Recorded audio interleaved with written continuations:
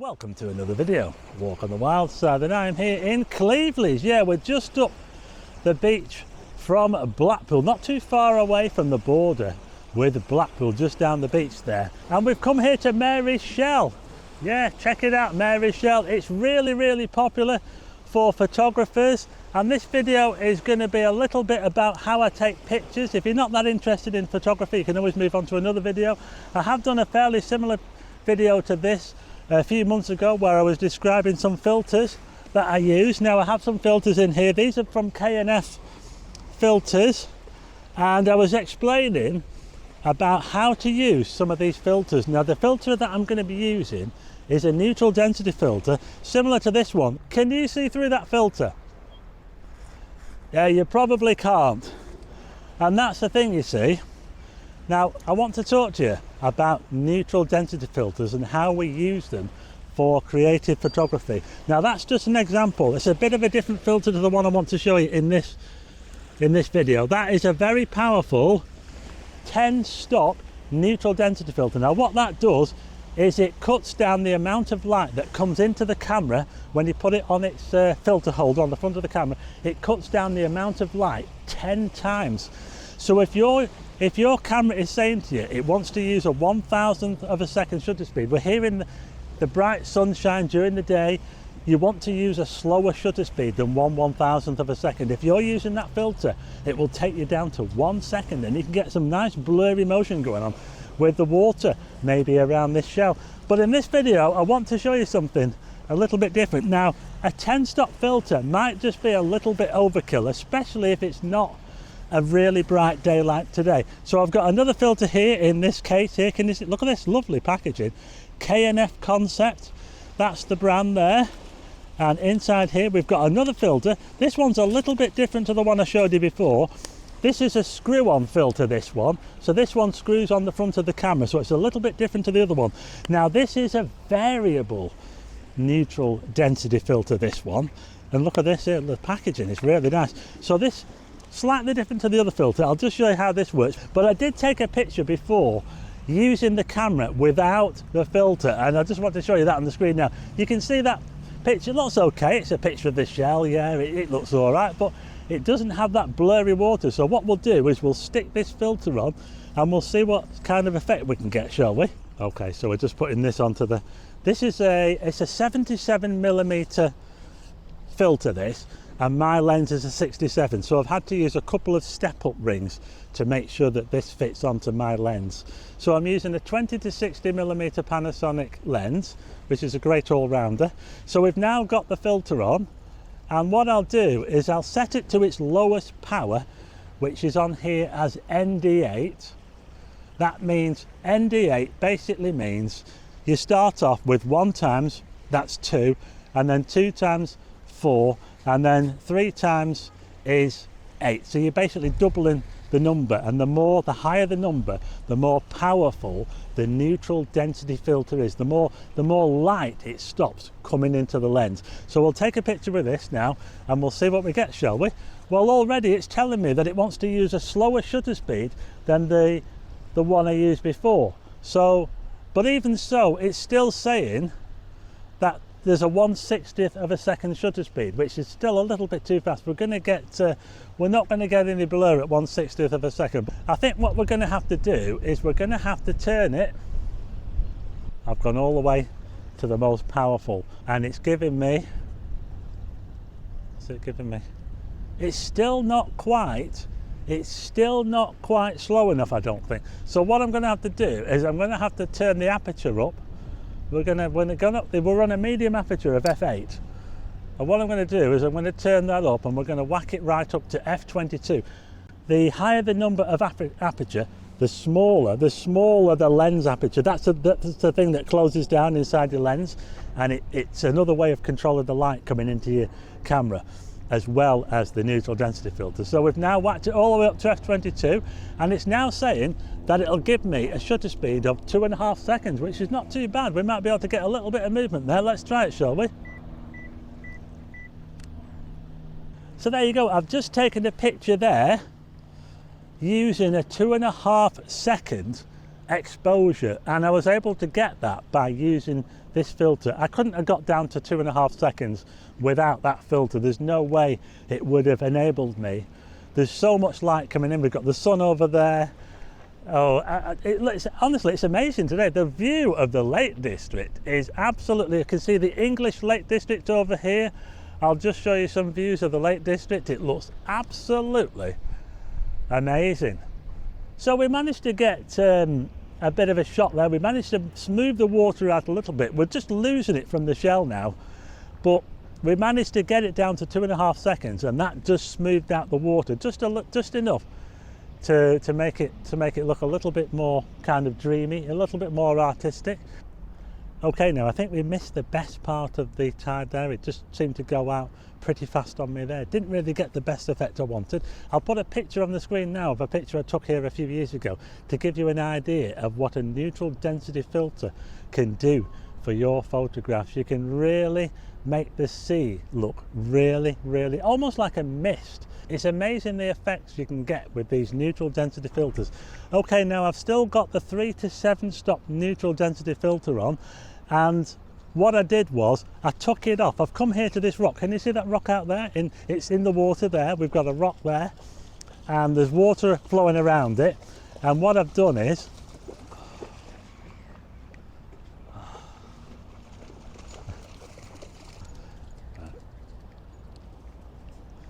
so now the dog's gone out of the way, right. So what I've done is I've taken a picture of it without the filter, and I had to stop the aperture all the way down to f22 like a tiny pinhole, and it gave me 1/5 of a second.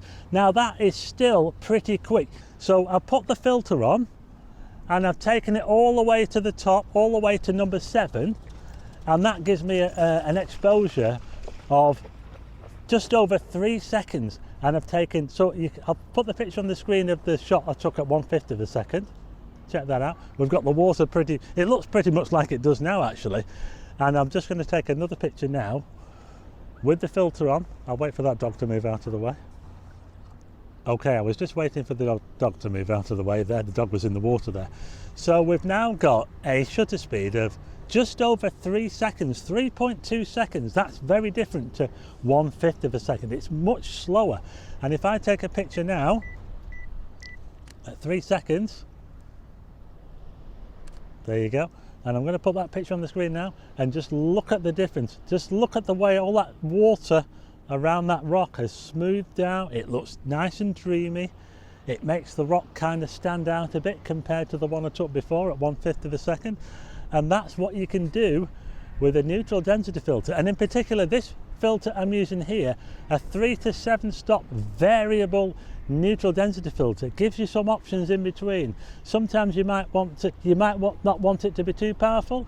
You might not necessarily want such a long shutter speed. You might want, say, I don't know, you might want 1/2 second or something like that. Well, you can do it so much easier with a variable neutral density filter like this one.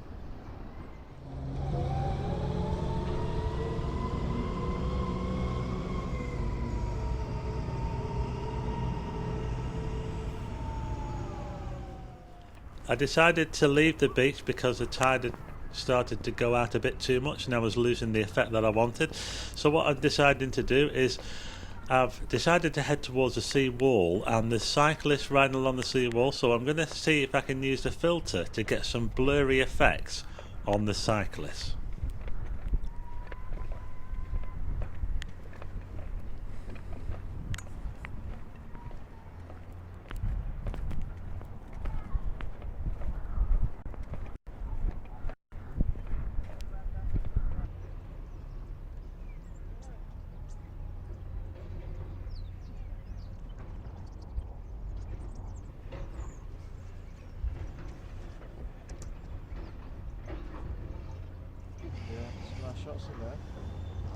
Yeah, I'm taking pictures now. I'm just trying out this filter here. It's a neutral density filter. It's a variable one. I don't know if you can tell. Oh yeah, you can see it going like. It's a bit like a polarizer, isn't it? When you look for a kind of works. Yeah. It really blue. Yeah. Will that make it really dark blue then? So all that does is it doesn't polarize it. It just reduces the light coming in. Yeah. Depending on how far you rotate it round. Yeah. Right.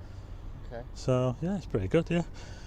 Okay, I've just taken a picture there without the filter on of some cyclists riding past, and no filter, and the shutter speed was 1/320th of a second at f11, and they're probably going to be pretty much frozen. As I'll just put the picture on the screen now. Can you see that?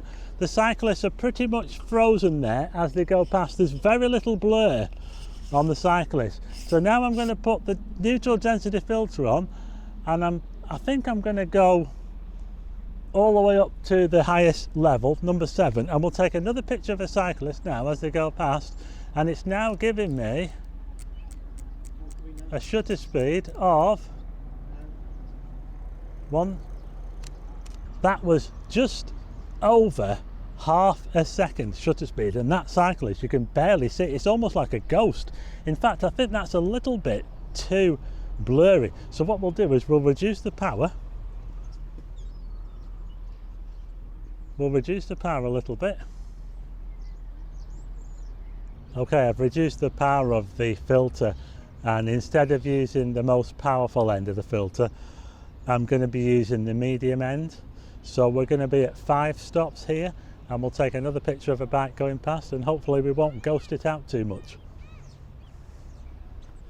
Well, what do you know, there's no bicycles going past at the moment, so I've just taken a picture of a couple walking past, 1/5 of a second shutter speed, and I've managed to blur them. There's no way that I could do that without filter. We'll do another one, shall we? I'll just do another one a little bit more powerful. We'll go down to,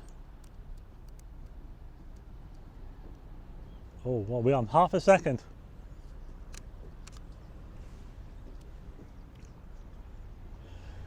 Okay, so there's another picture of a couple of people walking past, and I turned the power right up to maximum, right up to the top level, number 7, and we managed to get that couple blurring walking past. So there you go. You can even make people disappear depending on the amount of light coming in. If there's less light than there is today, we've got bright sunshine today, we've got really powerful light today, and the filter's having to work really hard to get the shutter speeds down slow enough to get these pictures. But that's what you can do with the neutral density filter, and in particular it shows you the handiness of having that variability of the power of this neutral density filter, the K&F Concept 3 to 7 stop variable neutral density filter. So there you go, that was my little video explaining a little bit about how I take my photographs using a neutral density filter. I hope I've explained it for you, how you can get to use these neutral density filters to get that slow shutter speed, which enables you to blur out water or even blur out subjects like we saw with the cyclists and the people walking past up there. There's no way that I could have got the blur on those people or on the water without using a neutral density filter, and that was the K&F Concept 3 to 7 stop variable neutral density filter that I was using there. And will I got a calendar shot? Well, I don't think I got a calendar shot on this occasion, but I hope I've explained to you a little bit about how neutral density filters work and how you can use them to get those amazing blurry kind of misty effects on water in your photographs. Anyway, I hope you like this video. I'm going to put a link in the description to a discount code where you can get one of these filters or anything else from K&F Concepts. If you like the video, hit the like button and also hit subscribe and tick the bell for notifications of new videos, and I'll see you again on the next one.